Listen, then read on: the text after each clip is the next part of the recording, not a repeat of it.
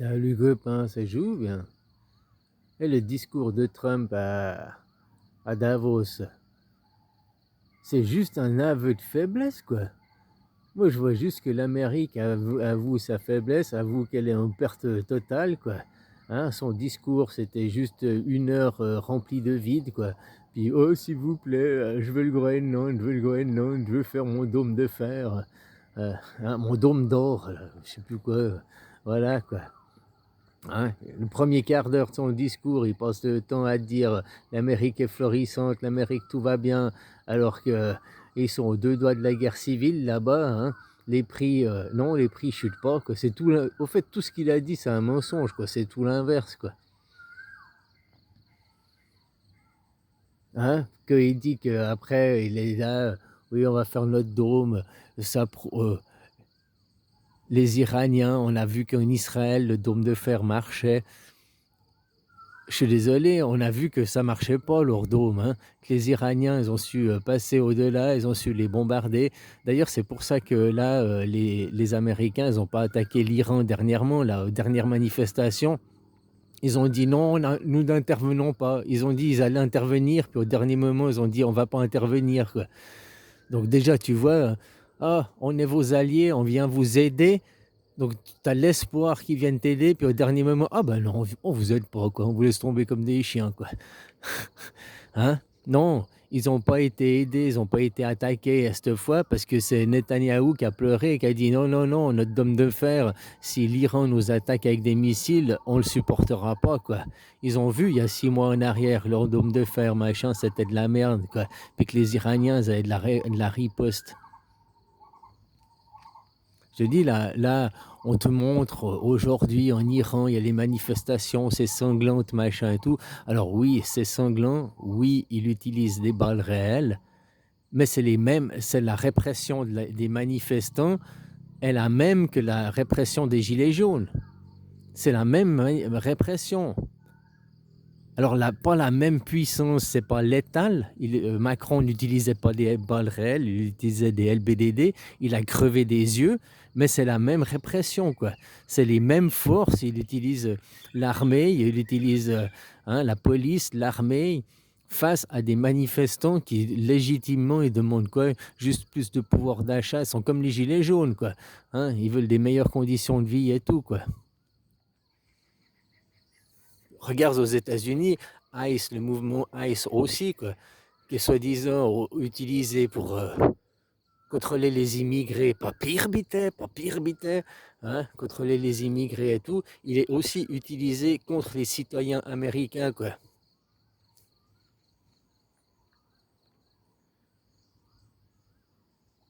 Toute la force, la répression, quoi. Et ICE, c'est une milice. C'est ça le pire. Tu vois, Trump, il a créé une milice. Hein? C'est pas directement l'armée, c'est pas la police directement, c'est un truc privé, des milices privées, quoi. Hein? Voilà, quoi. Hein, c'est comme. Ah là, j'ai vu, on va avoir la votation en Suisse pour savoir si on veut arrêter le cash ou pas, quoi. Moi, je suis pour le cash. Le cash, faut jamais que ça s'arrête. Tu sais pourquoi? Je vais te donner un bon exemple. La petite crousille. Pour apprendre aux enfants ta petite crousille, tiens, ton petit sou, mets ton petit sou dans ta crousille, hein, pour garder la monnaie, quoi. Tu sais, comme tu continues à faire toute ta monnaie, tu la mets, ouais, parce que ça pèse lourd dans les poches, hein, tu la mets dans un récipient, quoi, puis à la fin du mois ou tous les 6 ou à la fin de l'année, ça dépend, tu comptes ta monnaie, quoi. Bah ouais, bah ça te fait aussi hein, des petits bonus, quoi. Voilà, quoi, c'est la crousille, quoi. Donc tu vois, d'avoir le contact avec l'argent aussi, de toucher l'argent, d'apprendre à un enfant qu'est-ce que c'est que de lui offrir un billet. Ouais. Hein, au début, tu lui offres des cadeaux, puis quand il grandit, le gamin, tu vois que les cadeaux, il a plus le sourire, il fait plus le bisou, il fait plus le machin. Donc tu lui donnes un billet, puis il achète ce qu'il veut, quoi. Hein? Mais après, il prend la notion de l'argent, il touche l'argent, il le palpe. C'est pas un truc virtuel, j'arrive avec mon téléphone QR code, QR code, QR code. Et puis t'as plus la notion, t'as plus le toucher, quoi. Puis comment tu veux apprendre à épargner à un enfant, mets tes petits sous dans ta crousille, s'il n'y avait plus d'argent liquide. T'arrives à Noël, t'as tes petits sous pour ta Cruzy. Tiens, donne-moi ton QR code. Je vais mettre des petits coups de sous dans ta Cruzy. Il faut le QR code aux gamins, quoi.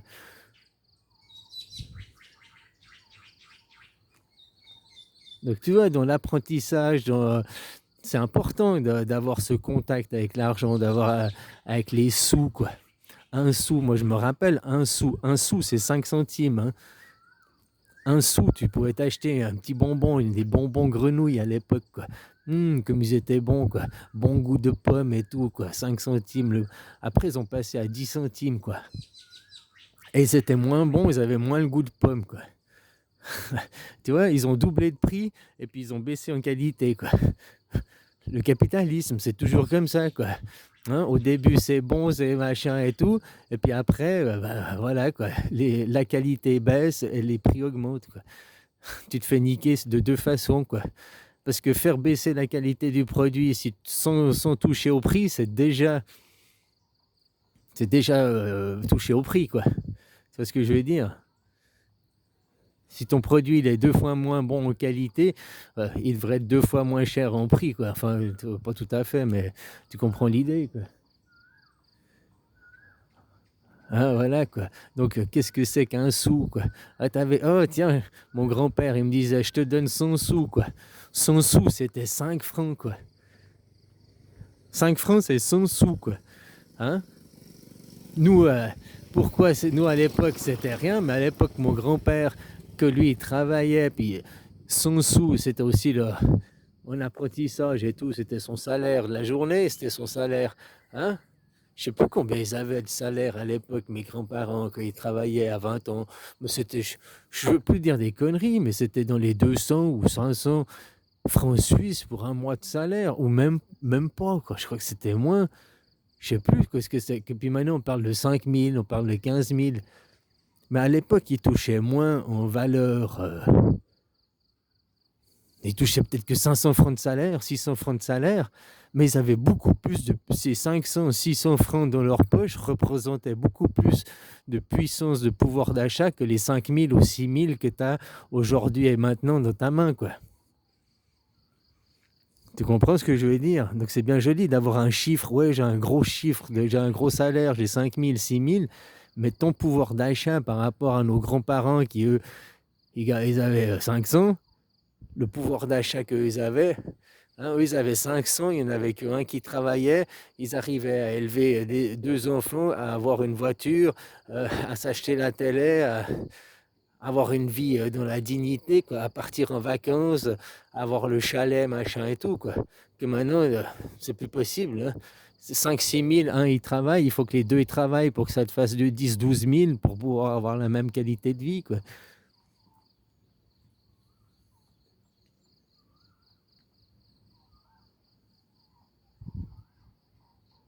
Voilà, quoi. Bon, je disais à la base, le discours de Trump rempli de vide, quoi, qui est avoue que l'économie de l'Amérique, elle s'effondre, elle est rien, quoi. Oh, tout ce que je veux, c'est le Groenland, on a besoin du Groenland. Il l'a avoué, hein, il ne le veut pas pour les matières premières. Le dôme de fer, c'est un prétexte, c'est juste pour s'accaparer les routes commerciales, pour pouvoir faire un péage. Hein? Parce que au lieu de faire 40 jours en passant par le canal de Suez, les bateaux ils vont faire plus que 20 jours en passant par la route du Nord, les canals du Nord. Hein? Et puis il faudra bien sûr un petit péage au passage. Vu que si tout appartient, le canal il appartient à l'Amérique, tu passes sur leur territoire, donc il y a un péage. Donc ça, puis en plus c'est que 20 jours. Quoi. Donc voilà quoi. J'aimais bien puisque chaque fois qu'il dit l'Amérique est florissante, elle est florissante depuis 1 an parce qu'il a pris les taxes douanières là. C'est que comme ça, hein. Elle n'a pas été florissante parce qu'ils produisent quelque chose, parce qu'ils se sont mis à produire quelque chose, parce qu'ils se sont mis à avoir de l'innovation, hein, à sortir les pouces du cul, quoi. Non, elle s'est juste mis à avoir les taxes douanières, machin et tout, quoi. Alors son aveu, un discours d'aveu d'impuissance, quoi. C'est tout ce que moi j'ai vu là à travers, et de mensonges et de baratinage, quoi. Et après que j'arrivais à... Ouais, j'ai arrêté à la 40e minute, là. Ça me faisait chier là d'écouter jusqu'à la fin, tellement que c'était nul, quoi. Hein, surtout qu'elle était là, il nous faut le dôme de fer, on va créer le Canada, on va aussi se prendre le Canada. Il avait dit au début de ce mandat, la première chose qu'il a dit, c'est pas le Groenland, le Venezuela, il a dit le Canada, c'est à nous, quoi. Hein. Et il en reparle aussi, quoi, pour faire notre dôme d'or. Alors que Netanyahou venait de supplier de ne pas aller parce que leur dôme de fer, s'ils se reprennent des attaques d'Iraniennes, des missiles, ils sont morts en Israël là-bas, quoi.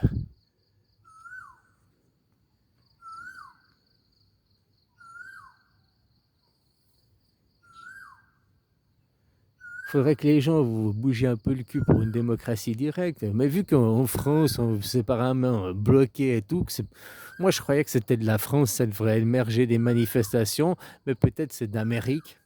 Il faut peut-être que ça pète à l'intérieur de l'Amérique pour que...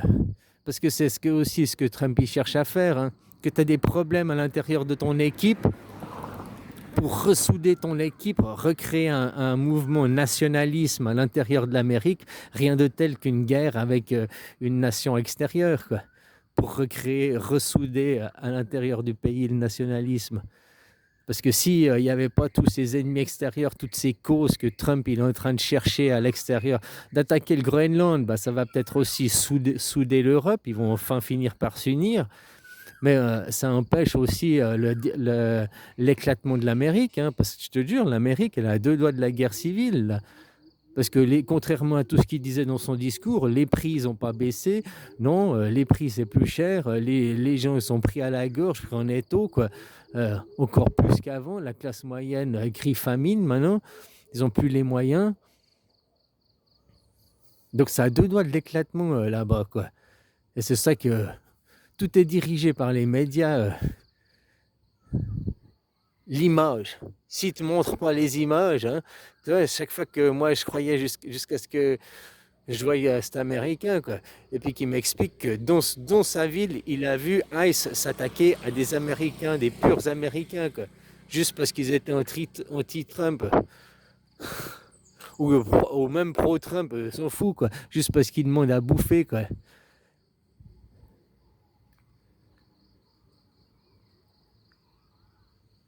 La moitié de l'Amérique, 58% de l'Amérique, j'ai vu hier les sondages, est déçu de Trump, hein, de sa faillure, de son échec. Ils sont déçus, tous les prix ont augmenté, c'est plus cher. Je te dis, c'était que du pipeau, quoi. Un discours rempli de vide, quoi. Voilà, quoi. Juste pour faire encore croire, quoi.